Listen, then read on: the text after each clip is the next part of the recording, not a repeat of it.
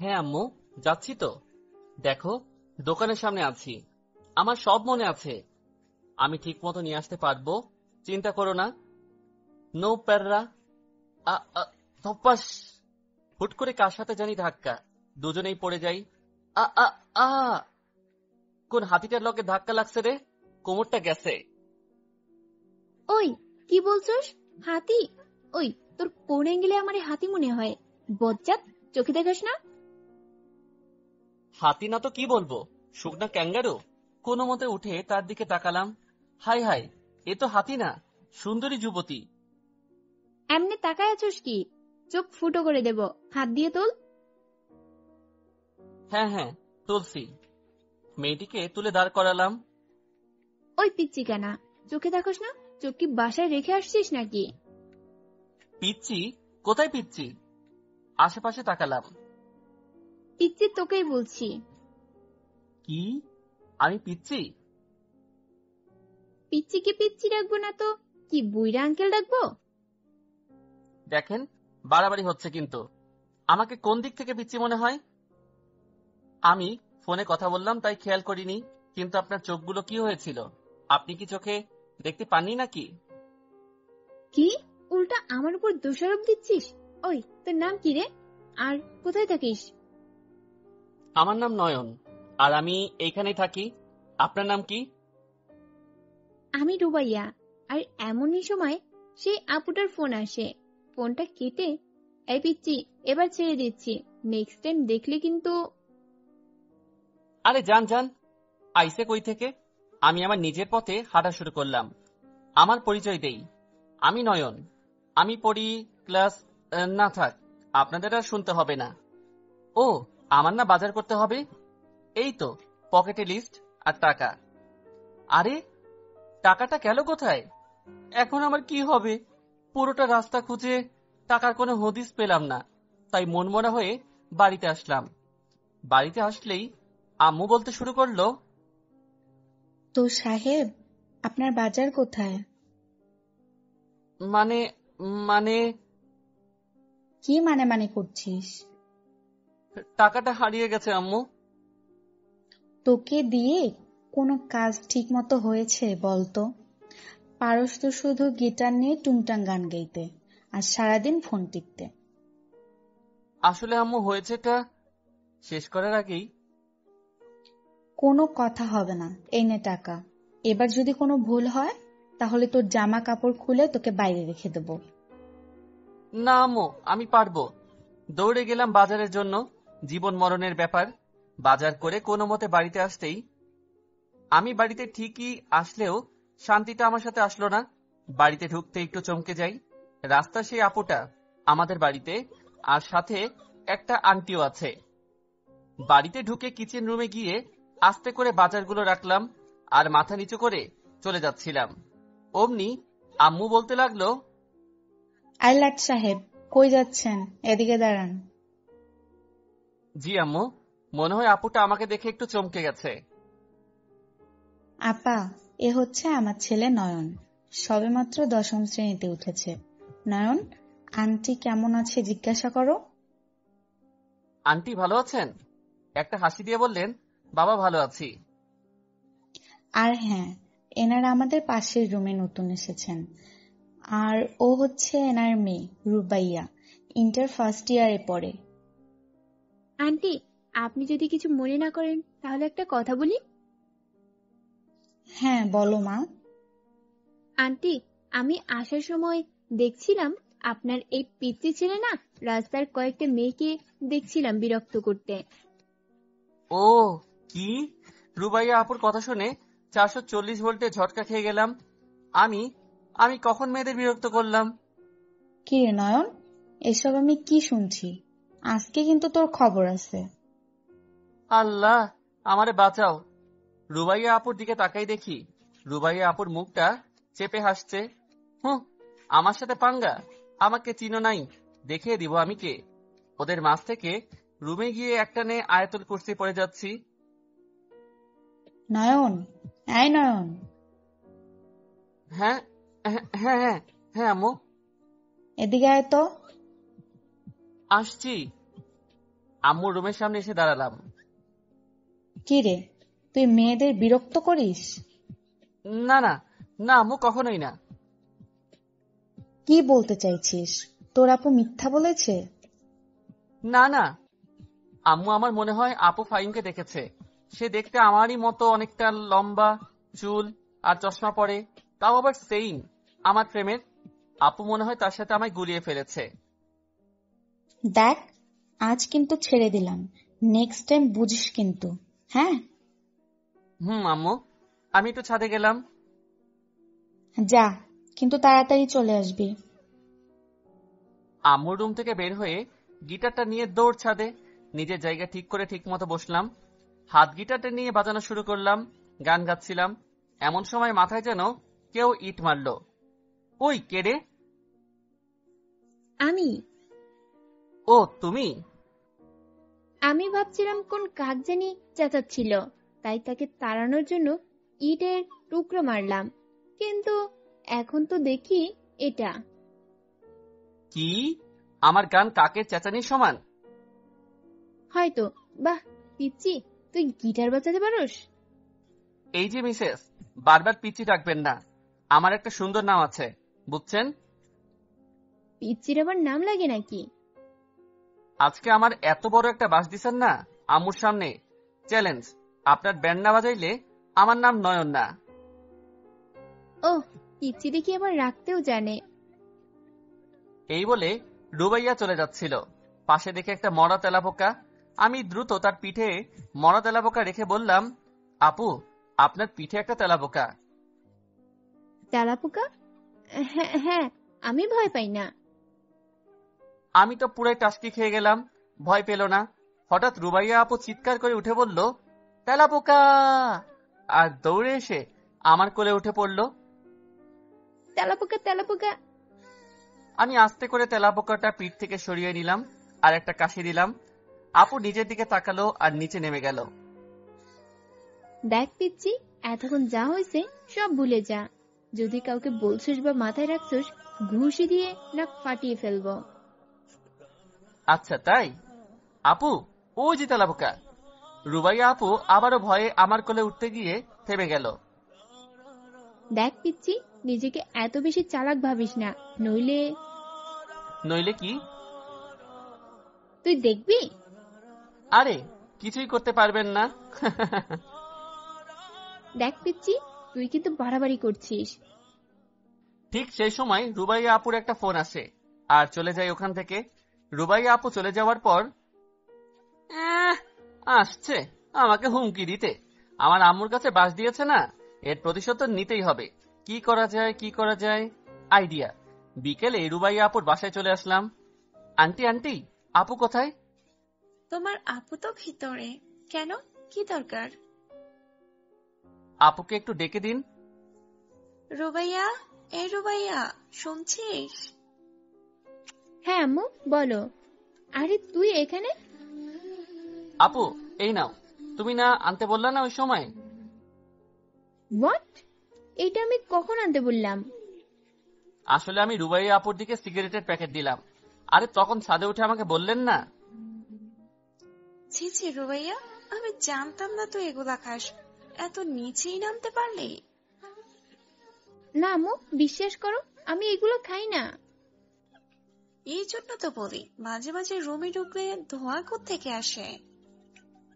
আরে আম্মু, ওটা কয়লার ধোঁয়া।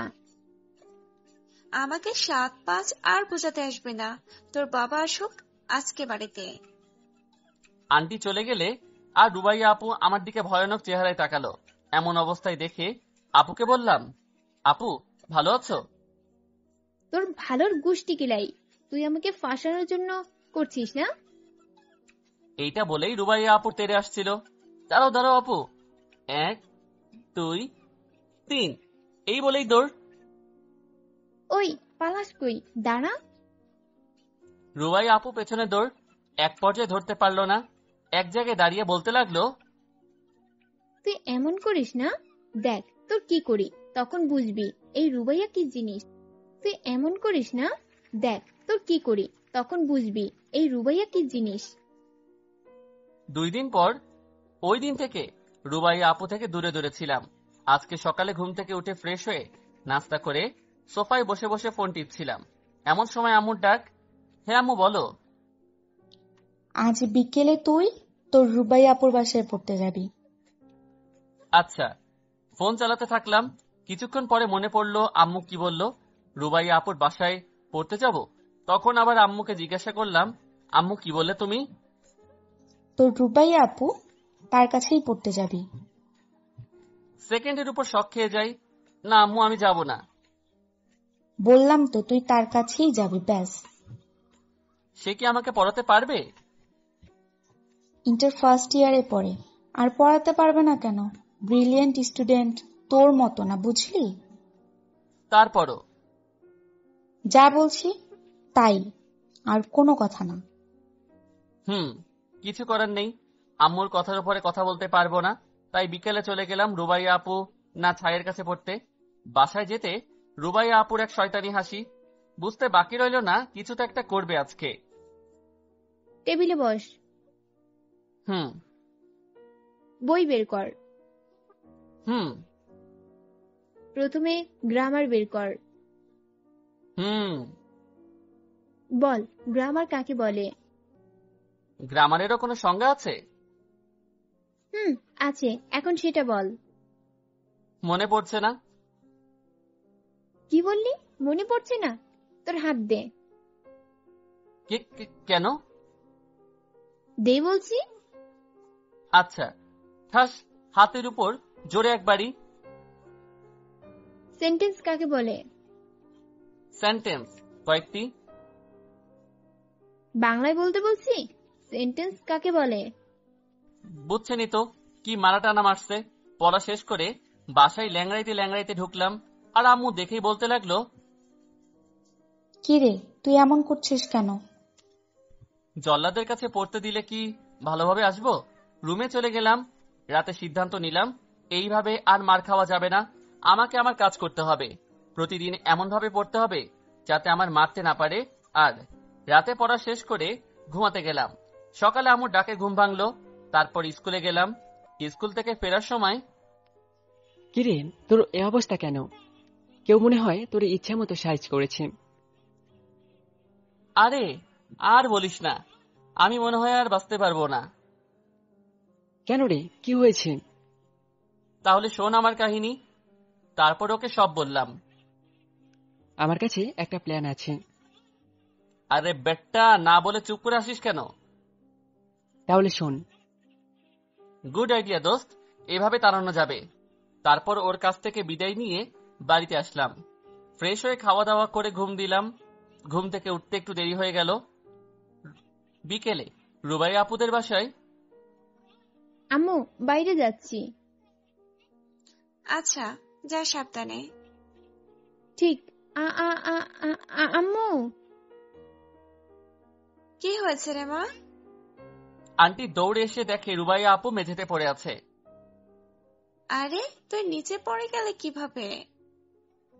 আরে কোথা থেকে জানি তেল আসলো, আর তাতে পিছলে পড়ে গেছি। কোমর গেল রে, আমাকে তোলো। আচ্ছা, উঠ। রুবাইয়া আপুকে উঠাতে চেষ্টা করে কিন্তু পারে না। আ আ আ এভাবে না, আমি তো দৌড়াতেই পারছি না। আন্টি কি হয়েছে? আরে রুবাইয়া আপু, আপনি পড়ে গেলেন কিভাবে? কি জানি বাবা, আমার মেয়েটাও। আপু উঠতে পারছেন না, ব্যথা পেয়েছেন? আরে ব্যথা কি, সেটা কিভাবে পায়? তোর কি মনে হয় আমি আরামে আছি? তোল আমায়। আন্টি, আমার মনে হয় আপুর সিরিয়াস অবস্থা, অ্যাম্বুলেন্স লাগবো। না না, তার দরকার নেই। আচ্ছা, তাহলে আমি তুলছি। রুবাইয়া আপুকে অনেক কষ্ট করে তুলে নিলাম। রুবাইয়া আপু অবাক চোখে তাকিয়ে আছে। দ্রুত তাকে কোলে করে রুমে নিয়ে গেলাম। বাবা, তুমি এখানে থাকো, আমি এখন রুবাইয়ার বাবাকে ফোন দিয়ে আসি। আচ্ছা আন্টি। আন্টি চলে যাওয়ার পর, বাবা, পিচ্চির গায়ে এত জোর! কতবার বলবো আমি পিচ্ছি না? যদি এক্সামে ফেল না করতাম তাহলে আমি এখন কলেজে আপনাদের সাথে থাকতাম। ইস, কি বলে ফেললাম। তুই কি বললি? ফেল করছিস কোন ক্লাসে? আপনাকে বলতে যাব কেন? আজকে তো আর পড়াবেন না। না, আমি তো তোকেই পড়াবো। ব্যথা। হইছে হইছে, থাক থাক, আর বলতে হবে না। আচ্ছা আপু, যাই। না, কারণ আমি জানি এইসব তুই করেছিস, তুই ফেলেছিস। ওখানে তো তেল থাকার কথা না। আরে, আমি কেন এসব করতে যাব? আমাকে কি বলদ মনে হয়? ওই, তাহলে তুমি জেনেই গেছো? কিছু বলছিস? আরে না না, কি বলো? তুই যেতে পারবি না। আমার সকল কাজ তোকেই করতে হবে। মানে? তোর জন্যই এসব হয়েছে, তাই তোকে খাটতে হবে। মানে কি প্রমাণ আছে তোমার কাছে? তোর হাত থেকে তেলে গন্ধ আসছে। আমি হাতটা নাকের কাছে নিয়ে দেখি। হ্যাঁ, সত্যি তো। আমি নিশ্চিত তোর ব্যাগে তেলের বোতল পাওয়া যাবে। বলো আপু, তোমার জন্য কি করব? যা, কফি বানিয়ে আন। কফি? এখন? হুম। হুম, যাচ্ছি। ধ্যাত, একটা কাজও ঠিক মতো করতে পারলাম না। কফি বানিয়ে নিয়ে রুবাইয়া আপুর কাছে যাই। এই নাও তোমার কফি। রুবাইয়া আপু আমার হাত থেকে কফি নিল, খাওয়া শুরু করলো। ইস, কি কফি এটা, একেবারে ঠান্ডা। কি বলো? মাত্রই তো গরম করলাম। আবার গরম করে নিয়ে আয়। মানে? আবার? হ্যাঁ, যাবি নাকি? আমি কফি নিয়ে আবার গরম করে নিয়ে এলাম। এসবের কোনো মানে হয়? এই নাও কফি। রাখ। আচ্ছা, কফি টেবিলে রেখে চলে যাচ্ছিলাম। কিরে, তুই কোথায় যাচ্ছিস? কেন? বাসায়। তোকে যেতে বলছি? আমি এখন ঘুমাবো। তো আমি কি করব? ঘুমাও, নাকি তোমার পাশে শুতে হবে? Shut up. আমি কি সেটা বলেছি? আমি ঘুমাবো, আমার পা টিপে দে। কি? পা টিপে দিব? কখনো না। তুই করবি নাকি আমি সবাইকে বলবো ওই কাজটা তুই করেছিস? আম্মু, আম্মু। এই না না, আমি করছি। আন্টিকে ডাকার দরকার নেই। এই তো গুড বয়। রুবাইয়া আপুর পা টিপতে শুরু করলাম। 15 মিনিট টিপার পর দেখি রুবাইয়া আপু ঘুমিয়েছে। ইস, আমার মতো পিচ্ছি, সরি, আমার মাথা নষ্ট নাকি? আমি নিজেই নিজেকে পিচ্ছি বলছি কেন?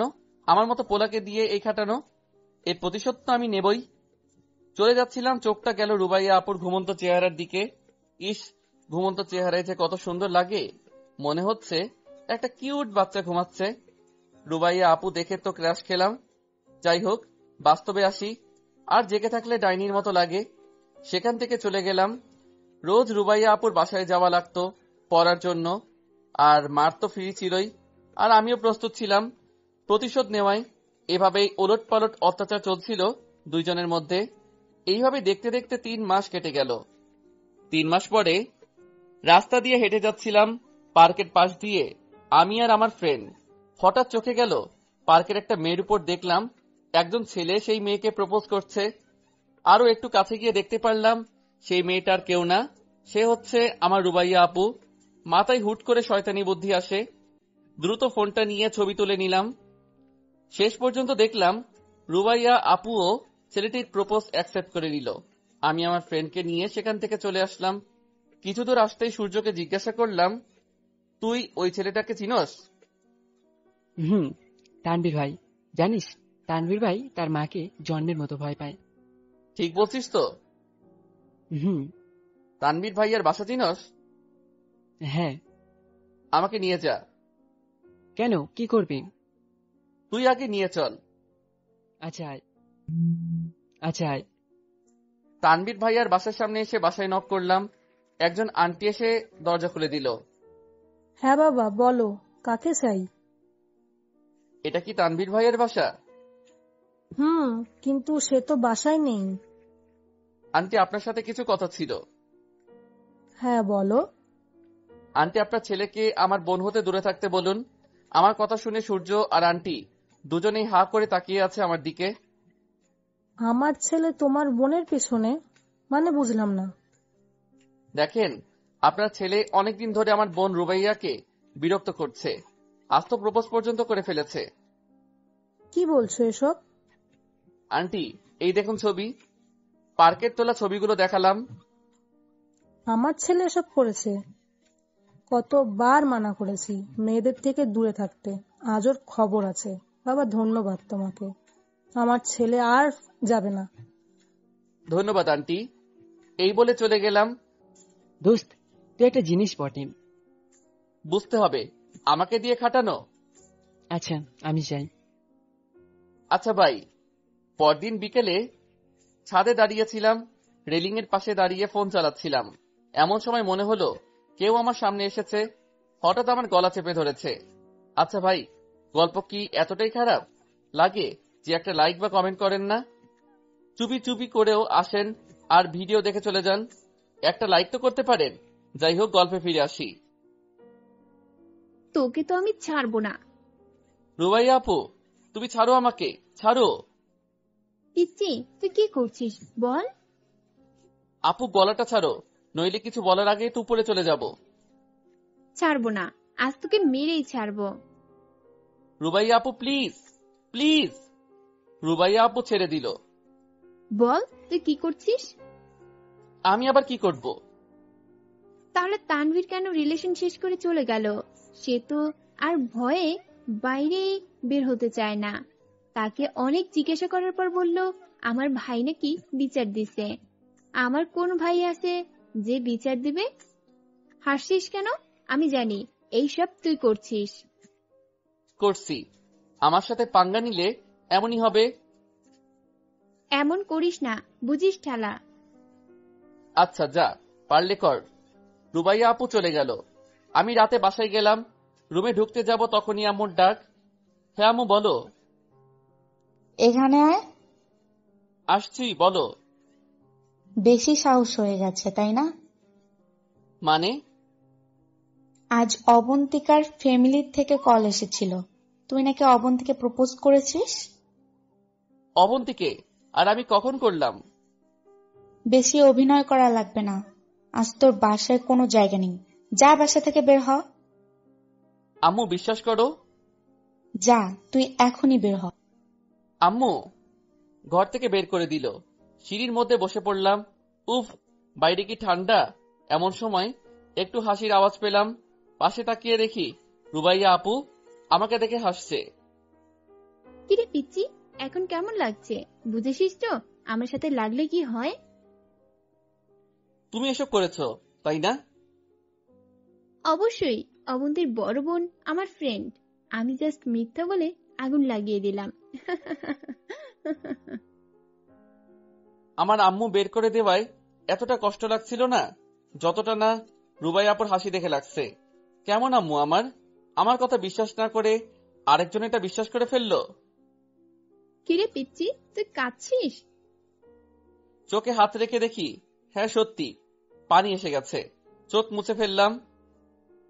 ঠিক হয়েছে। প্লিজ আপনি যান। রুবাইয়া চলে গেল। প্রায় আধা এক ঘন্টা পর, আয় ভেতরে আয়। দরকার নেই, বাইরেই ভালো আছি। তুই আসবি নাকি তোর বাবাকে আনবো? আসছি তো, এভাবে থ্রেট দিচ্ছ কেন? নিজের ইচ্ছায় বের করে আর নিজের ইচ্ছায় ঘরে তোলে সকালে।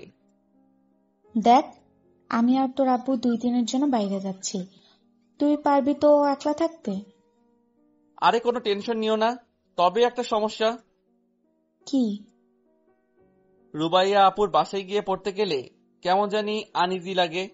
এতে আমার পড়া ঠিক মতো হয় না। আচ্ছা ঠিক আছে, তোর আর যাওয়া লাগবে না। সত্যি? খুশিতে মনে লুঙ্গি ড্যান্স মারা শুরু করে দিছি। তবে রুবাইয়া আমাদের বাসায় এসে তোকে পড়িয়ে যাবে। আমি যাওয়ার সময় রুবাইয়াকে বলে যাব। কি মানে? কেন? যেটা বললাম সেটাই। না। আচ্ছা, এবার যাই। নিজের খেয়াল রাখিস কিন্তু। আচ্ছা, আম্মু বাসায় নেই দেখে সারাটা সকাল ফ্রেন্ডসদের সাথে ঘুরতে ঘুরতে কাটিয়ে দেই। বিকালে নিজের খাবারের জন্য ব্যবস্থা করতে থাকি। রান্নাঘরে কি রান্না শুরু, কারণ দুপুরে কিছু খাওয়াই হয়নি। ছুরি দিয়ে কাটাকাটি করতে গিয়ে ভুলে হাত কেটে যায়, অনেকটা কেটে যায়। দ্রুত হাতটা ধুয়ে রক্ত থামাবার চেষ্টা করতে থাকি, কিন্তু কোনো কিছুতে কাজ হচ্ছে না। ঠিক সেই সময় কলিং বেল বাজলো। বুঝতে আর বাকি নেই কে এসেছে। আমি এসে দরজা খুলে দিলাম। রুবাইয়া আপু রুমে ঢুকে গেল। কি অবস্থা? আমার বাসায় তোর মন বসে না? আচ্ছা, আজ দেখি তোর কেমন মন বসে। কোনো কথা বলছি না, চুপ করে আছি। রুবাইয়া আপু আমার হাতের দিকে তাকালো। এ কি, তোর হাত থেকে এত রক্ত বের হচ্ছে কেন? আরে তেমন কিছু না। বেশি বুঝিস, জোর করে হাত দেখলাম। বাহ, ভালোই তো কেটেছিস। তা কিভাবে হয়েছে? পেঁয়াজ কাটতে গিয়ে। গুড, এবার জলদি আয় আমার সাথে। তারপর রুবাইয়া আপু স্যাভলন দিয়ে ধুয়ে ব্যান্ডেজ করে দিল। এবার ঠিক আছে? হুম। ব্যথা করছে? অল্প অল্প। আচ্ছা, দুপুরে কিছু খেয়েছিস? না। হ্যাঁ। ওহ, বুঝেছি। অত মিথ্যা বলতে হবে না, মুখ দেখেই বোঝা যাচ্ছে। তুই বস, তোর জন্য কিছু রান্না করে নিয়ে আসছি। তুমি রান্না করবে? হ্যাঁ, চুপ করে বসে থাক। হুম। রুবাইয়া আপু রান্নাঘরে কি রান্না করা শুরু করলো। রান্না করে আমার জন্য নিয়ে আসলো। এই নে, এখন খা। চুপচাপ বসে আছি। কি হলো, খাচ্ছিস না কেন? মানে? ও সরি, আমারই মনে ছিল না। তোর তো হাত কেটে গেছে, তুই খাবি কি করে? হুম। আচ্ছা দাঁড়া, আমি হাত ধুয়ে আসছি। তুমি হাত ধুয়ে আসবে মানে? তোকে খাইয়ে দেব। না না, তার দরকার নেই। চুপ, একদম বেশি বুঝবি না। আচ্ছা। তারপর রুবাইয়া আপু হাত ধুয়ে আসলো, আর পরে আমাকে খাইয়ে দিতে থাকে। আমি চুপচাপ খেতে থাকি। আসলে নয়ন, কালকের জন্য সরি। আমার মনে হয় কালকে আমি একটু বেশি করে ফেলেছি। হুম। আমার জন্য কালকে তোকে এত কষ্ট করতে হলো। হুম। আচ্ছা, ওইসব কথা বাদ দে, এখন খেয়ে নে। ওকে দাও। তারপর রুবাইয়া আপু খাওয়াই দিল। তারপর রুবাইয়া আপু রান্নাঘরে চলে গেল। আমি বসে আছি ওখানে। কিছুক্ষণ পরে আপু বেরিয়ে আসলো আর আমাকে বলল, এইবার চল, পড়তে হবে। হুম, চলো। তারপর নিচে রুমে গেলাম আর টেবিলে পড়তে বসলাম। কিন্তু আজকে অন্য দিনের তুলনায় কোনো মান নেই। পড়া ভুল বললেও মাই দিচ্ছে না। আমি কিছু বুঝতে পারছি না কি হচ্ছে আমার সাথে আজকে। পড়া শেষ করে আপু আমাকে একটা কথা বলল। ওই পিচ্চি, চল তো আজকে একটু বাইরে থেকে ঘুরে আসি। অবাক হয়ে রুবাইয়ার দিকে তাকিয়ে আছি। এভাবে তাকিয়ে আছিস কেন? না, আসলে তুমি আমার সাথে ঘুরতে যাবে, এইটা আমার বিশ্বাস হচ্ছে না। কেন, আমি কি তোর সাথে ঘুরতে যেতে পারি না? না, আমি সে কথা বলিনি। তো কি কথা বলেছিস? না, কিছু না, বাদ দাও আর চলো। ওকে, তুই জাস্ট 5টা মিনিট ওয়েট কর, আমি যাব আর আসবো। আর হ্যাঁ, তুই একটা পাঞ্জাবি পরবি, সাথে জিন্স। এই কথা বলে আপু চলে গেল আর আমি রেডি হয়ে আপুর জন্য অপেক্ষা করতে থাকলাম। কোথায় 5 মিনিট, গেছে তো গেছেই। আমিও কাজ না পেয়ে ফোনটা নিয়ে গেম খেলতে শুরু করলাম। কিছুক্ষণ পরে রুবাইয়া আপু আমার সামনে আসলো আর বলতে লাগলো, আরে পিচ্চি, তোকে তো দারুণ লাগছে। রুবাইয়া আপুর কথা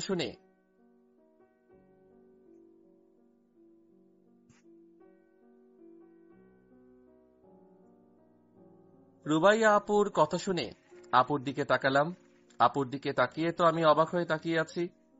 আপুর দিকে তাকিয়ে দেখি একটা পরী আমার সামনে দাঁড়িয়ে আছে। আপু একটা নীল রঙের শাড়ি পরেছে, সাথে ম্যাচিং করে ব্লাউজ, চুড়ি, হালকা গোলাপি লিপস্টিক। একদম পরীর মতো লাগছে। তারপর আপু যখন গায়ে ধাক্কা দিয়ে ডাক দিল তখন আমার ধ্যান ভাঙলো। তারপর আপু বলতে লাগলো, কিরে, অমন করে কি দেখছিলি? তোমাকে। কি বললি? না আসলে আমি তো আগে কখনো পরী দেখিনি, তাই দেখছিলাম। ওরে কই পেলি? কেন, আমার সামনেই তো দাঁড়িয়ে আছে। কই, আমি তো দেখি না। আরে পরী তো তুমি। কি যে বলিস। আচ্ছা চল, দেরি হয়ে যাচ্ছে। ওকে চলো। তারপর রুবাইয়া আপু আর আমি বেরিয়ে পড়লাম। আমি বলতে লাগলাম, আচ্ছা আপু, কিসে যাবে? রিক্সা ডাক, রিক্সা করে যাব। আমি ডাকবো? তো আমি ডাকবো নাকি? না, আমি ভাবছিলাম। তোকে কিছু ভাবতে হবে না, যা গিয়ে একটা রিক্সা ডেকে নিয়ে আয়। তারপর একটা রিক্সা নিয়ে একটা পার্কের সামনে থামলো। আমরা রিক্সা থেকে নেমে একটা নিরিবিলি পরিবেশে গিয়ে বসে পড়লাম।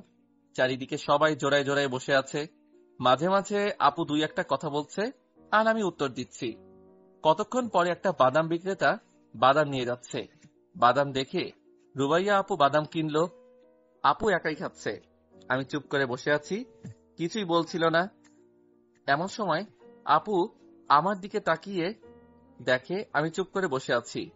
তখন আপু বলল, চুপ করে আছিস কেন? আসলে আমি তো খেতে পারবো না। আরে, আমার তো মনেই ছিল না, তোর হাত কেটে গেছে। তারপর রুবাইয়া আপু বাদাম ছিলে আমার হাতে দিল, কিন্তু আমি খাচ্ছি না, চুপ করে আছি। তারপর আপু বলল, কিরে নয়ন, খাচ্ছিস না কেন? না, না কি? আমার খেতে ভালো লাগছে না। আচ্ছা। বলেই রুবাইয়া আপু আমার গালে কয়েকটা বাদাম দিল। ঠিক সেই সময় তানভীর ভাই সামনে। আমাদের দেখে তানভীর ভাই বলতে লাগলো, এইটা কি তোমার নতুন বিয়েপ নাকি? ভালোভাবে কথা বলবে। সত্যি কথা একটু তিতাই হয়। আরে, ও আমার ছোট ভাই। বুঝতে পারছি। ভালো থেকো তোমরা। বলে চলে গেল তানভীর। রুবাইয়া আর আমি ওখানে বসে থাকলাম। কিছুক্ষণের মধ্যেই সূর্য মামা পশ্চিম আকাশে ডুবে গেল। এই নিস্তব্ধ পরিবেশ, মাঝে মাঝে ঝিঝি পোকাদের আওয়াজ, সব মিলিয়ে একটা অন্যরকম পরিবেশ। রুবাইয়া আর আমি পাশাপাশি বসে আছি, দুইজন চুপ করে বসে আছি, কারো মুখে কোনো কথা নেই। নীরবতা ভেঙে রুবাইয়া আপু বলতে লাগলো, আচ্ছা পিচ্চি, তুই প্রেম করিস না? না। কেন? পড়াশোনার মাঝে সময় পাই না। আর আমাকে কে ভালোবাসবে? আপনি তো বলেন আমি পিচ্চি, তো পিচ্চিরা কি প্রেম করে? কেন, পিচ্চিরা কি প্রেম করে না? হয়তো করে, কিন্তু আমি করি না। ও আচ্ছা, তোর রাতে হাঁটতে ভালোই লাগে? অনেক। তাহলে আজকে থেকে আমি আর তুই প্রতিদিন রাতে হাঁটতে বের হব। কিন্তু আমি তো। কোনো কিন্তু নেই। ওকে। আচ্ছা, তোর নাম্বারটা দে তো। আমার নাম্বার দিয়ে কি করবে? লোক দিয়ে তোরে পিটামো। তার কোনো দরকার নেই, নম্বর নেন 01910433361। আচ্ছা, এবার চল বাড়িতে যাই। ওকে। আচ্ছা কিসে যাবেন? হেঁটে হেঁটে যাব। এত পথ? কেন, যেতে পারবি না? না, ঠিক আছে। তারপর সেখান থেকে হেঁটে হেঁটে বাড়ির দিকে রওনা দিলাম। কিছু দূরে যেতেই রুবাইয়া আপু পড়ে গেল রাস্তার উপর। আরে আপু, এইবার কি করবে? কেন, তুই কোলে করে নিয়ে যাবি? কি? আমি? তুই নিয়ে যাবি। ওকে। তারপর রুবাইয়া আপুকে কোলে করে নিয়ে বাড়িতে যাচ্ছি। বাড়ির সামনে যেতেই রুবাইয়া আপুর আম্মু, বাবা রুবাইয়ার কি হয়েছে? এই কথা বলার সাথে সাথে রুবাইয়া আপু আমার কোল থেকে নেমে দিল একটা দৌড় দিয়ে রুমে চলে গেল। অবাক হয়ে দাঁড়িয়ে রইলাম। তার মানে আপুর পায়ে ব্যথা লাগেনি? আচ্ছা আন্টি, আমি বাড়িতে যাই। বাড়িতে তো কেউ নেই, আমাদের এখানে রাতে খাওয়া দাওয়া করবে। আচ্ছা আন্টি, আমি যাই। আচ্ছা বাবা, যাও। তারপর আন্টির কাছে থেকে চলে আসলাম। রুমে এসে ফোনটা নিয়ে একটু গেম খেলতে লাগলাম। তারপর পড়তে বসলাম। পড়তে মন না বসাতেও পড়তে বসলাম, কারণ মায়ের খাওয়ার কোনো ইচ্ছা নেই। প্রায় 10টার দিকে কলিং বেলটা বেজে উঠল। আমি গিয়ে দরজা খুলতেই রুবাইয়া আপু রুমে আসলো। তারপর রুবাইয়া আপু বলতে লাগলো, পিচ্ছি, কি করিস? দেখো আপু, বারবার পিচ্ছি পিচ্ছি বলবে না। আরে বাবা, পিচ্ছি কি রাগ করেছে? এতে রাগ করার কি আছে? আচ্ছা পিচ্ছি, রাতে খাওয়া দাওয়া করেছিস? না, কেন করিসনি? রান্না করতে হবে। আচ্ছা তুই থাক, আমি বাড়ি থেকে কিছু নিয়ে আসছি। বলে রুবাইয়া আপু চলে গেল আর আমি বসে পড়া শুরু করলাম। কিছুক্ষণ পরে রুবাইয়া আপু একটা প্লেটে খাবার নিয়ে আসলো। তারপর দুপুরের মতো আপু আপনাকে খাইয়ে দিল। আমি চুপ করে খেয়ে নিলাম। খাওয়া দাওয়া শেষ করে রুবাইয়া আপু আমাকে ঘুমাতে বলে চলে গেল। তারপর পড়া শেষ করতে করতে প্রায় 12টা বেজে গেল। আর এইদিকে চোখে তেমন ঘুম ছিল না, তাই ভাবলাম একটু ফোন নিয়ে ফেসবুক চালালে কেমন হয়। নিশ্চয়ই ভালোই হবে, তাই হাতে ফোন নিলাম ফেসবুক চালাবো বলে। ঠিক তখনই ফোনের মধ্যে হো হো হাম্বা হাম্বা মেসেজটা বেজে উঠল। মেসেজটা দেখতেই রাগ উঠে গেল, কারণ মেসেজটা রুবাইয়া আপুর। আর যখন মেসেজটা পড়তে যাব, ঠিক তখন অনেক বড় মাপের একটা শট খাইলাম। মেসেজে লেখা, এই ছেলে, এত রাত করে ফেসবুক চালানোর কোনো দরকার নেই। এখন চুপচাপ লক্ষ্মী ছেলের মতো ঘুমিয়ে পড়ো, নয়তো কাল কিন্তু মাইর খাবা। মেসেজটা দেইখা আবেগে কাইন্দা দিলাম। এইটা কিভাবে সম্ভব? আমি মনে মনে ভাবছি ফেসবুক চালামো, সেটা কাউরেই বলিনি, কিন্তু ও কিভাবে জানলো? তখন আশেপাশে রুমের ভিতরে বাইরে ওরে খুঁজতে লাগলাম, আর রুমের ভিতর শুইয়া শুইয়া চিৎকুর দিতে লাগলাম। রাতে কখন ঘুমিয়ে পড়ছি আর মনে নেই, তবে খুব সকালে উঠে দেখলাম ওই মেয়ে গুড মর্নিং এ মেসেজ পাঠাইছে। তারপর ঘুম থেকে উঠে ফ্রেশ হলে নাস্তা তৈরি করে খেলাম। তারপর তৈরি হয়ে কলেজে গেলাম। কলেজ শেষ করে বাসায় আসবো ঠিক তখনই এই নয়ন, নয়ন দাঁড়াও বলে ডাক দিল। পিছনে একটু তাকাইয়া দেখি রুবাইয়া আপু, তাই ভালো করে আর তাকালাম না, সোজা হাঁটা শুরু করলাম।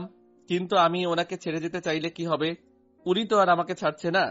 আমার পিছু পিছু ডাকতে ডাকতে একেবারে সামনে এসে হাজির, আর এসেই তো হেব্বি রাগী ভাব। এই, তোর ডাকতেছি না? কোথায়? কখন ডাকলেন? ওই, আমার ডাক শুনতে পাস নাই? পাইলে কি হাঁটতাম নাকি? একদম মিথ্যা বলবি না। আর এখন চল আমার সাথে। কোথায়? আমার সাথে একটু ঘুরতে যাবি। আমি যাব না। কেন যাবি না? আম্মু তো বাড়িতে নেই, আর দুপুরে লাঞ্চ করতে হবে, এই জন্য গিয়ে রান্না করব। তুই কেন এই অবস্থায় রান্না করবি? আমি তোকে লাঞ্চ করাবো। এখন তুই আমার সাথে ঘুরতে যাবি। কি আর করার, যেতে তো হবেই। তারপর একটা রিক্সা করে রুবাইয়া আপুর সাথে ঘুরতে গেলাম। আর অনেকক্ষণ ঘোরার পর একটা ফুচকার দোকানের সামনে রিক্সা থামতে বলল। আমরা রিক্সা থেকে নেমে ফুচকার দোকানের সামনে গেলাম আর 2টা ফুচকার অর্ডার করলাম। কিছুক্ষণ পরে ফুচকা চলে আসলো। তারপর ফুচকা খেতে গিয়ে আরেক বিপদ, আমার তো হাত কাটা, আমি তো খেতে পারবো না। তোর হাত কাটা তো, কি হয়েছে? আমি তো আছি। তুমি আছো মানে? আমি তোকে খাইয়ে দিব। তুমি খাবে না? খাবো তো। তুই কি এখনই 2 প্লেট ফুচকা খাবি? আমি কি সেটা বলেছি? না, তবুও আমি মনে করলাম। আচ্ছা ঠিক আছে, তুমি একটা খাবে আর আমাকে আরেকটা থেকে খাইয়ে দিবে। সাথে সাথে রুবাইয়া বলতে লাগলো, এই যে শোনো, তুমি এক্ষুনি কলেজের মাঠে আসো। কেন? কেন আবার? তোমার সাথে ঘুরতে যাব। এত ঘুরতে যেতে পারবো না। আর এত ঘোরা কিসের? এই, তুমি এমন করছো কেন? চুপচাপ কলেজে আসো। ভালো লাগছে না। ওই, তুই চুপ করে এক্ষুনি আসবি, নয়তো তোর অবস্থা কি যে পরিমাণ খারাপ হবে। ওই ওই, খালি হুমকি দেন কেন? খালি কথায় কথায় হুমকি। দিব না তো ভালোই ভালোই চলে আসো। আচ্ছা, আসতেছি। কি আর করার, ইচ্ছা না থাকলেও যেতে হবে। কলেজে গিয়ে দেখি রুবাইয়া আপু আগে থেকেই বসে আছে। আর আজকে একদমই অন্যরকম লাগছে, কারণ রুবাইয়া আপু আজকে আমার প্রিয় রং নীল রঙের শাড়ি পরে এসেছে, আর হাতে নীল রঙের কাচের চুড়ি। দেখতে মাশাআল্লাহ হেব্বি সুন্দর লাগছে। আমি সামনে যেতেই রুবাইয়া আপু বলে উঠল, আচ্ছা নয়ন, আমাকে আজকে কেমন লাগছে বলো তো? খুবই সুন্দর। সত্যি? হুম। তোমার পছন্দ হয়েছে? এখানে আবার আমার পছন্দ না পছন্দ হবার কি আছে? আরে বোকা, যার জন্য এগুলো পড়েছি তার কেমন লাগছে সেটা জানতে হবে না? যার জন্য মানে? আর তোমার কি হয়েছে বলো তো? আমার সাথে এমন করছো কেন? এর আগে তো এমন করতে না, দেখা হলেই ঝগড়া হতো। তাহলে এখন এমন করছো কেন? আরে বোকা নাকি, আর তোমার সাথে ঝগড়া করব কেন?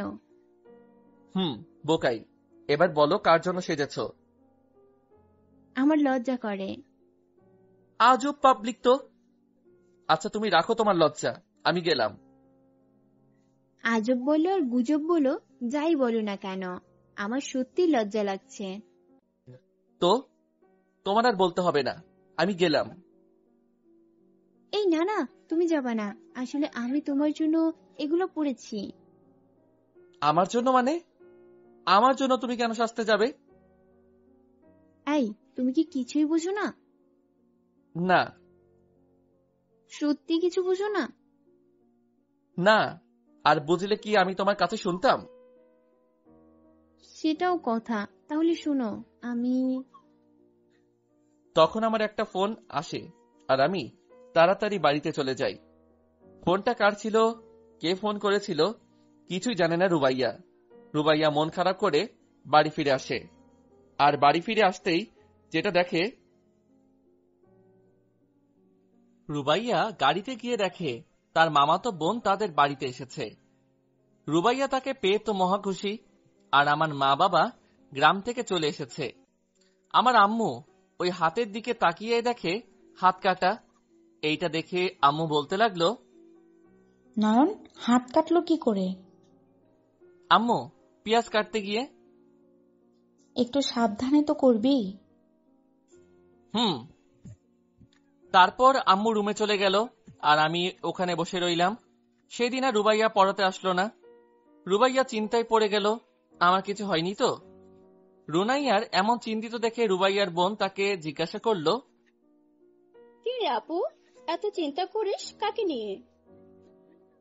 আরে কই চিন্তা করি, আমি দেখতে পাচ্ছি তুই কিছু একটা চিন্তা করছিস, বল আমাকে। আরে কিছু না, বল তোর পড়াশোনা কেমন চলছে, আর বাড়িতে সবাই কেমন আছে? বাড়িতে সবাই ভালো আছে, আর আমার পড়াশোনাও ভালো চলছে। গুড। রুবাইয়া আর রুনাইয়া বোন দুইজন গল্প করছিল। দেখতে দেখতে সন্ধ্যা হয়ে গেল। তখন রুবাইয়া ওর বোনকে বলল, তুই একটু থাক, আমি আসতেছি। কোথায় যাচ্ছ? ওই পাশের বাড়ির আন্টির কাছে যাব, তুই থাক, আমি আসতেছি। ওকে, যাও। তারপর রুবাইয়া ওখান থেকে চলে আসলো, আর এদিকে সন্ধ্যার পরে আমি পড়ছিলাম। এমন সময় কলিং বেলটা বেজে উঠল। আম্মু গিয়ে দরজা খুলে দিল, আর রুবাইয়া রুমে ঢুকলো, আর আম্মুকে জিজ্ঞাসা করলো, আন্টি, নয়ন কই? তোর তো রুমে পড়ছে। কেন রে মা, নয়নকে আবার কিছু করেছে? আরে না আন্টি, আমি তো ওকে পড়াতে আসিনি, তাই এখন পড়াতে আসলাম। যা দেখ, ওর রুমেই পড়ছে। আচ্ছা। যা দেখ, ওর রুমেই পড়ছে। আচ্ছা। তারপর ওখান থেকে রুবাইয়া রুমে আসলো। রুমে এসে দেখে আমি পড়ছি। রুবাইয়া পেছন থেকে একটা চড় দিল, আর বলল, কিরে, আজ সারাদিন দেখা করনি কেন? বাড়ি থেকে বের হয়নি তো? কেন, কি করেছিলে বাড়িতে? তেমন কিছু না, আম্মু তো গ্রামে গিয়েছিল, তাই একটু গল্প করছিলাম। ও, তো তুমি এখন আর এখানে কি মনে করে? আমার বরের কাছে আসবো, তাও কি বলে আসতে হবে? কি বিড়বিড় করছো? কেন আসতে পারি না? কেন পারবে না? পারো, কিন্তু তুমি তো এমন সময় আসো না, তাই বলছি আর কি। আচ্ছা নয়ন, ওই সময় কি ফোন দিয়েছিল? কোন সময়? আরে সকালে, আমরা যখন দেখা করছিলাম। ও, তখন তো আম্মু ফোন দিয়েছিল। আমাকে বলে আসতে পারতে, জানো আমি কত চিন্তায় ছিলাম। তুমি আমার জন্য চিন্তা করবে কেন? ও, তুমি বুঝবে না। আচ্ছা তুমি পড়ো, আমি গেলাম। আজকে পড়াবে না? না, তুমি পড়ো, আমি তোমার আম্মুর ওখানে আছি। আচ্ছা। তারপর ওখান থেকে রুবাইয়া চলে আসলো আর আম্মুর সাথে বসে গল্প করতে থাকলো। রাত প্রায় 10টার দিকে আম্মু খাইতে ডাকলো, আমি খেতে চলে গেলাম। খাওয়া দাওয়া শেষ করে আবার পড়তে বসলাম, কিছু পড়া বাকি ছিল তাই। তারপর পড়া শেষ করতে করতে প্রায় 12টা বেজে গেল, তাই ফেসবুকিং না করেই ঘুমিয়ে গেলাম। সকালে ঘুম থেকে উঠে দেখি আম্মু রান্না করছে। এইটা দেখে আমারও কেমন যেন রান্না করার শখ হলো, তাই আম্মুকে বললাম, আম্মু আমিও একটু কিছু রান্না করি।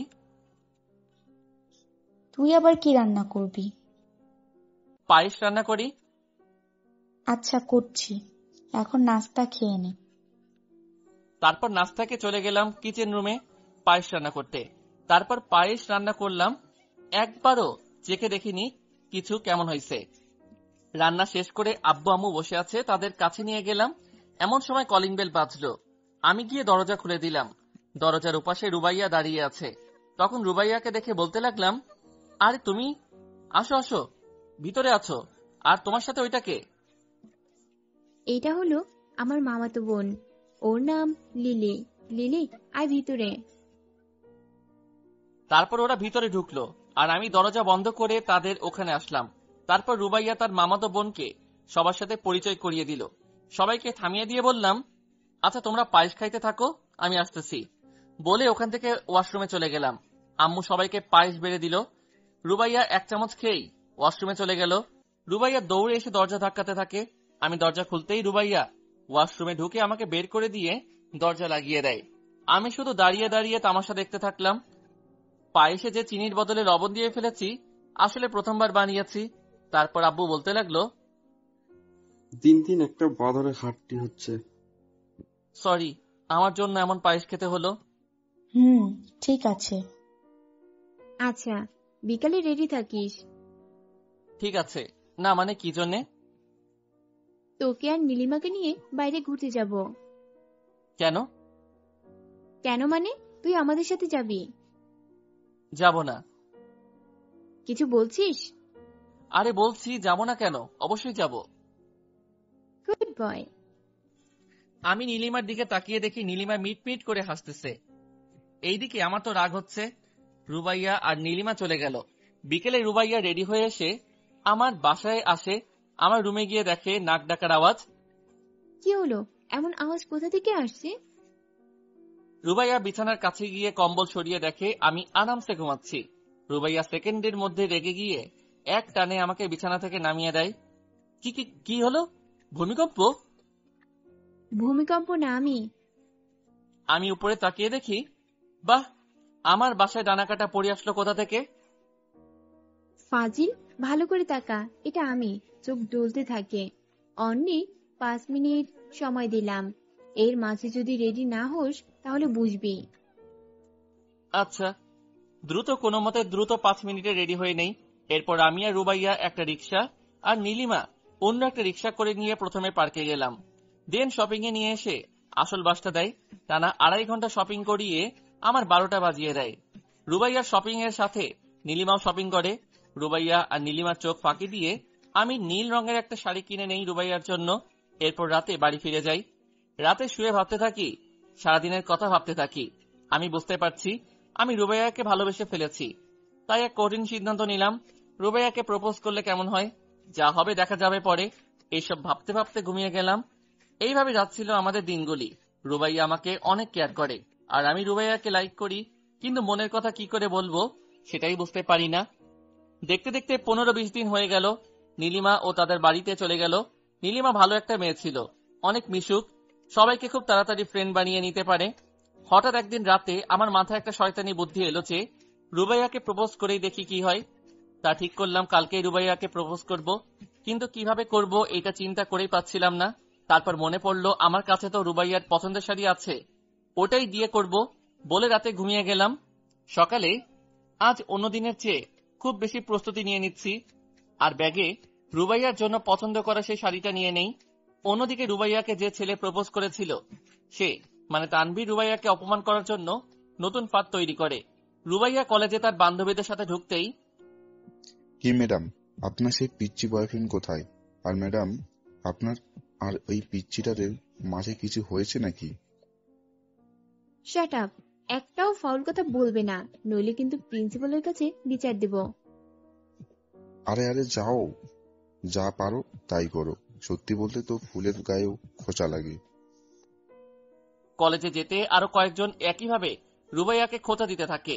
পুরো কলেজে তানভীর এসব কথা ছড়িয়ে দেয়, যে দেখছে সেই রুবাইয়াকে জিজ্ঞেস করছে, কেউ আবার খোঁটা দিচ্ছে। এইসব শুনতে শুনতে রুবাইয়া প্রচন্ড রেগে যায়। ওইদিকে আমি এই সবকিছু আমার অজানা। আমি তো রুবাইয়াকে কলেজে খুঁজছিলাম প্রপোজের জন্য। রুবাইয়াকে দেখে, ওই তো রুবাইয়া, এবার যাই, আমাকে পারতেই হবে। আমি রুবাইয়ার পেছনে দাঁড়িয়ে হাঁটু কেড়ে বসে পড়লাম। রুবাইয়াকে ডাকলাম। রুবাইয়া পেছনে ফিরে তাকালো। রুবাইয়া, আমি তোমাকে ভালোবাসি। রুবাইয়া, আমি তোমাকে অনেক ভালোবাসি। তুমি কি আমায় গ্রহণ করবে? অনেকটা চিৎকার করে এই বলে ফুলটা বাড়িয়ে দেই। রুবাইয়া তো এমনিই রেগেছিল, কিন্তু আমার কাছ থেকে এই অনাকাঙ্ক্ষিত এই কাজে রুবাইয়া প্রচন্ড রেগে যায়। সেই রাগের কারণে সবার সামনে 2 গালে 2 বার করে 4টে থাপ্পড় মারে। কি পেয়েছিস কি তুই? একটু ভালোভাবে কথা বললাম, একটু পাশে থাকার সুযোগ দিলাম, অমনি এসে পড়লি প্রপোজ করতে। আমি তোর বড় হই না? তুই কোন সাহসে আসছিস আমায় প্রপোজ করতে? তোকে ভালো ভাবছিলাম, কিন্তু তুই অন্য সব ছ্যাঁচড়া ছেলেদের মতো বের হলি। ছি নয়ন, ফার্দার তোর এই চেহারা আমায় আর দেখাবি না, যা এখান থেকে। আমি নিশ্চুপে মাথা নিচু করে শুধু শুনেই গেলাম। সবার সামনে এই অপমান? না, আসবো না, আর কখনো আসবো না তার চোখের সামনে। চোখ থেকে অঝরে পানি ঝরছিল, সেখানে আর এক মুহূর্ত না থেকে চলে গেলাম। তারপর ওখান থেকে রুবাইয়া পড়ে বাড়িতে ফিরে আসে। ওই দিন রুবাইয়া আমাকে আর দেখতে পাইনি। এভাবে 5-6 দিন কেটে গেল, আর এই 5-6 দিন রুবাইয়াকে আমি দেখি আর রুবাইয়া আমাকে দেখিনি। এইভাবে 7-8 দিন কাটার পর রুবাইয়া অনুভব করতে পারছে তার যেন কিছু একটা নেই, যেন একটা কিছু খালি ফাঁকা রয়েছে। সবাই থাকা সত্ত্বেও একা ফিল করতে থাকে। সারাটা দিন তার শুধু কাটানো মুহূর্ত আর মিষ্টি ঝগড়া দৌড়াদৌড়ি সব তার স্মৃতিতে ভাসতে থাকে। রুবাইয়া আস্তে আস্তে বুঝতে পারছে যে আমার সাথে যা করা হয়েছে তা আসলে একদমই ঠিক হয়নি। বিকেলে রুবাইয়া ছাদে উঠে এই আশায় যে আমি উঠলে আমাকে সরি বলে দেবে, কিন্তু বিকেল পেরিয়ে সন্ধ্যা হয়ে যায়, কিন্তু আমি আসিনি। এখন রুবাইয়া তার বুকে অজানা এক কষ্ট অনুভব করতে থাকে। রুবাইয়া নয়নদের বাসায় আসে। দরজায় নক করলে নয়নের আম্মু দরজা খুলে দেয়।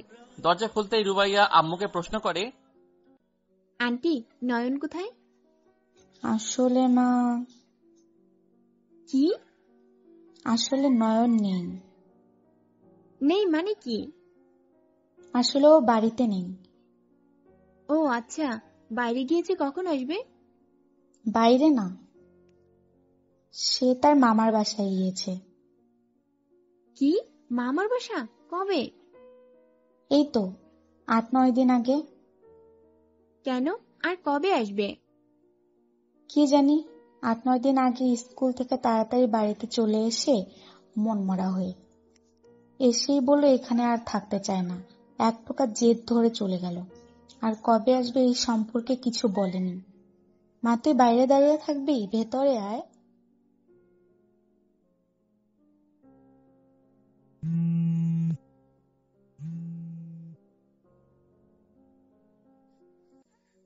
না আন্টি, এখন যাই, পরে আসবো। রুবাইয়া আর কিছু না বলে চলে যায়। রাতে রুবাইয়া নিজেও জানে না সে কেন এত কান্না করতে থাকে। তার কেন জানি আমাকে খুবই মনে পড়ছে। না, এখন আমাকেই কিছু করতে হবে। আমি নয়নকে আবার ফিরিয়ে আনবো। রুবাইয়ার সারা রাত ঘুম নেই, কখন সে আমার কাছে যাবে। রাত যেন পার হতেই চাচ্ছে না, কোনো কিছুতে মন বসে না। রুবাইয়া সময় মতো খাওয়া দাওয়া করে না, নিজের কোনো খেয়াল রাখে না। রুবাইয়া শুধু একটাই চিন্তা, কি করে আমাকে তার কাছে নিয়ে আসবে, কি করলে আবারও আমি তার কাছে আসব। এইসব ভাবতে ভাবতে পূব আকাশে সূর্য উদয় হলো। কি মিষ্টি একটা সকাল, কিন্তু রুবাইয়ার কোনো কিছু মনে হচ্ছে না। তার একটাই চিন্তা, কখন আমার কাছে আসবে। সকালে রুবাইয়া রুম থেকে বের হতেই আবার যাই আমার বাসায়। বাসায় গিয়ে দরজাতে কলিং বেল বাজাতে থাকে।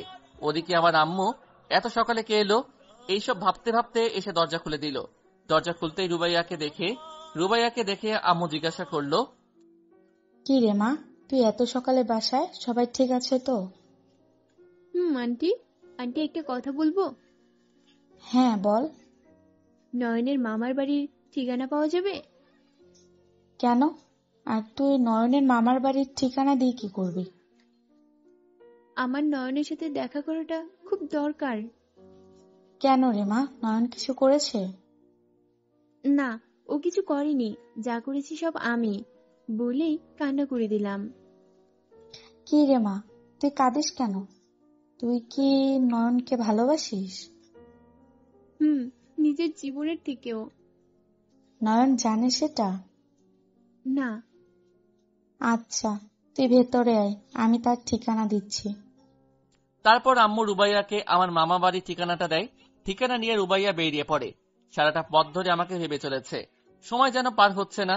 3 ঘন্টা পর পৌঁছে যায় রুবাইয়া, কিন্তু এই 3 ঘন্টা রুবাইয়ার কাছে 3 বছরের সমান মনে হয়েছে। রুবাইয়া বাসার সামনে এসে দরজায় নক। মামি গিয়ে দরজা খুলে দিল। দরজা খুলে দিতেই মামি এক অচেনা মেয়েকে দেখতে পেল।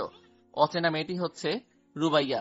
তাই মামি তাকে জিজ্ঞাসা করলো, কে তুমি মা, আর কাকে চাই? আমি নয়নের।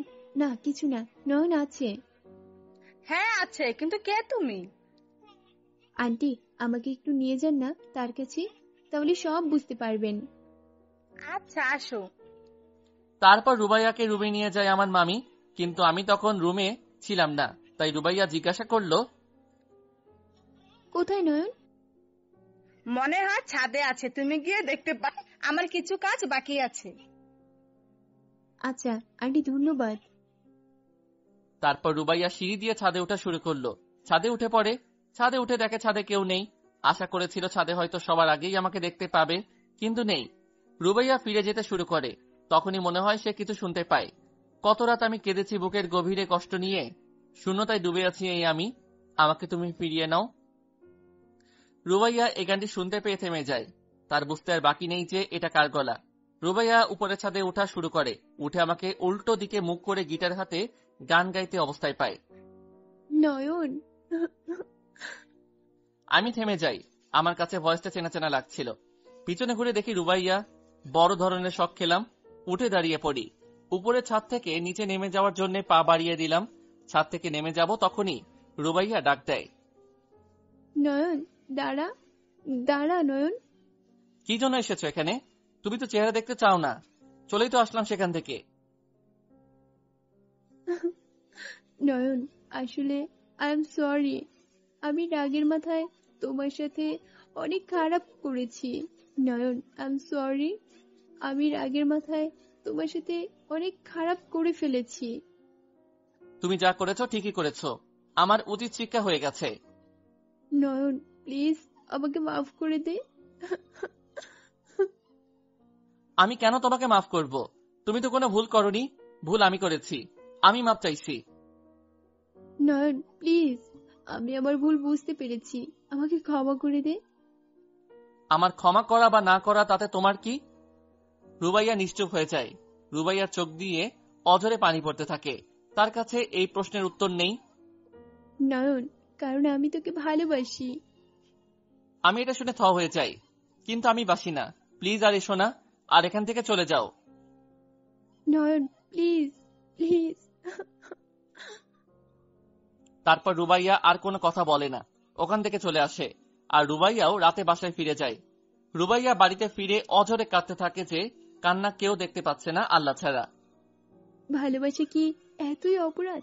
যাকে ভালোবাসলাম তাকেই পেলাম না, কি অপরাধ করেছি আমি? যার জন্য এত বড় শাস্তি দিচ্ছ আমাকে। এইভাবে দিনগুলি কাটতে থাকে। এদিকে আমারও আর ভালো লাগে না। আজ প্রায় 2 মাস হয়ে গেল, কারো কোনো খোঁজ নেই। রুবাইয়া নামাজ পড়ে আর আল্লাহর কাছে দোয়া করে যাতে আমি তার কাছে ফিরে আসি, তার ভালোবাসা বুঝতে পারি। ঠিক মতো খাওয়া দাওয়া করে না, চোখের নিচেই কালো দাগ পড়ে গেছে, তবুও কোনো খেয়াল নেই। 2 মাস পরে রুবাইয়া এশার নামাজ পড়ে ছাদে গেল। রাতে রুবাইয়া ছাদে বসে নীরবে বসে কাঁদতে থাকে। কিছুক্ষণ পর তার পাশে কারো অস্তিত্ব টের পেল। রুবাইয়া মাথা উঠিয়ে দেখতে চায় কে আসলো তার পাশে বসে আছে। সে দেখতে পায় কেউ একজন বসে আছে, কিন্তু অন্ধকারের জন্য স্পষ্ট দেখতে পাচ্ছে না। কে? পিচ্চি। কে পিচ্ছি? এই বাসায় আমি ছাড়া আর কয়টা পিচ্চি আছে? মানে? রুবাইয়া আরো কাছে এসে দেখতে পায় তার পাশে বসে আছি। তুই এখানে বলেই জড়িয়ে ধরে আমাকে, এমন ভাবে জড়িয়ে ধরেছে যে যদি ছেড়ে দেই তাহলে দূরে কোথাও চলে যাব। কোনো প্রবলেম? চলে যাব? একদম না। এক পা বাড়িয়েছিস তো পা ভেঙে দিব। কিন্তু কেন এসেছিস? তোমাকে কাদা অবস্থায় দেখতে। আমি মোটেও কাঁদছি না। ও আচ্ছা, তাহলে চোখটা পুরো ভেজা কেন? আর নিজের চেহারার কি অবস্থা করছো? ঠিক মতো খাওয়া দাওয়া করো না? আচ্ছা মানলাম আমি কাঁদছি, তার মানে এই না যে আমি তোর জন্য কাঁদছি। আর আমি খাবো কি খাবো না সেটা আমার ব্যাপার। আমি কখন বললাম যে আমার জন্য কাঁদছো? তার মানে কি সত্যি কাঁদছো আমার জন্য? ওকে, তোমার ব্যাপার, আমি কিছু বলবো না। মোটেও না। আচ্ছা থাকো, আমি আর কি করব, চলে যাই। এই কোথায় যাস? একদম যাবি না। কেন? তাতে তোমার সমস্যা কি? তুই যাবি না বলছি। তুই যেতে পারবি না। কি কারণে বলবা না যখন, তাহলে টাটা। খবরদার, একদম পা বাড়াবি না, নইলে পা রেখে দিব। হ্যাঁ, আমি তোকে ভালোবাসি, তাই তোকে আমার কাছে আটকে রাখতে চাই। তোর কোনো প্রবলেম? না না, আমার প্রবলেম হবে কেন? রাজি হবে তোর বাবা মা? তাদের তো কত আগেই রাজি করে ফেলেছি। রাজি করে ফেলেছিস মানে কি বলতে চাইছিস? মানে বাবা মা আর আন্টিকে বলেছি তুমি আমাকে ভালোবাসো আর আমাকে বিয়ে করতে চাও। তারা বলল পড়াশোনা শেষে বিয়ে করিয়ে দিবে। আমি তোকে কখনো বলেছি যে তোকে বিয়ে করতে চাই? আচ্ছা, তাইলে সবাইকে মানা করে দিয়ে আসি, আমি উঠে চলে যাব তখনই। এই পিচ্চি, হুম। ভালোবাসিস আমায়? হুম। শোন পিচ্চি, আমায় সারা জীবন ভালোবাসবি এইভাবে? হুম। পাশে থাকবি? হুম। ওই কখন থেকে না হ্যাঁ শুরু করছিস? ভীতু নাকি? না, কে বলছে আমি ভীতু? আমি কাউকে ভয় পাই নাকি? তাহলে আমাকে প্রপোজ কর। একবার তো করলাম, তার প্রতিদান তো পেলাম, আবার কি জন্য করব? না করলে কিন্তু মনে কর। পিছন থেকে ফুল হাতে নিয়ে হাঁটু গেড়ে বসলাম। হবে কি আমার রাত জাগা পাখি? হবে আমার সারা জীবনের সাথী? দেবে কি রোজ তোমায় দেখার সুযোগটি? আর যাই হোক, আমি তোমায় ভালোবাসি। পিচ্চি কোথাকার। দেব, আমিও তোকে ভালোবাসি। আর পিচ্ছি দেখো না, নইলে আসলে নিজেকে পিচ্ছি মনে হয়। তুই বুড়া হলেও পিচ্চি ডাক ছাড়বো না। আর ফুল কোথা থেকে আনলি? কই থেকে আনবো? আবার তোমার ফুলের টপ থেকে, বলেই মুখে হাত রাখলাম। শয়তান, 6 মাস কষ্ট করে জাস্ট ফুল আসলো, আর ওইটাও ছিঁড়ে ফেললি? তোকে না মানা করছি ফুল ছিঁড়তে? নিজের বরের জন্য একটু দোয়া করো। তোর বরের গোষ্ঠী কিলাই, আজকে তোরে আমি। আমি দৌড়, রুবাইয়াও পিছনে দৌড়। মাম্মি বাঁচাও। ওই তোর মাম্মি রাগ, দাঁড়া একবার। কেমন বিচার, নিজের প্রেমিককে এমন করে কেউ দৌড়ানি দেয়? কষ্টে তো কষ্টই থাকে, কিন্তু সেই কষ্টে অন্য কিছু ছোঁয়া মনে হয় যখন ভালোবাসার মানুষটি কষ্ট দেয়। আবার সকল কষ্টকেই তুচ্ছ মনে হয় যখন সেই কষ্ট দেবার মানুষটি ভালোবেসে জান বলে ডাকে।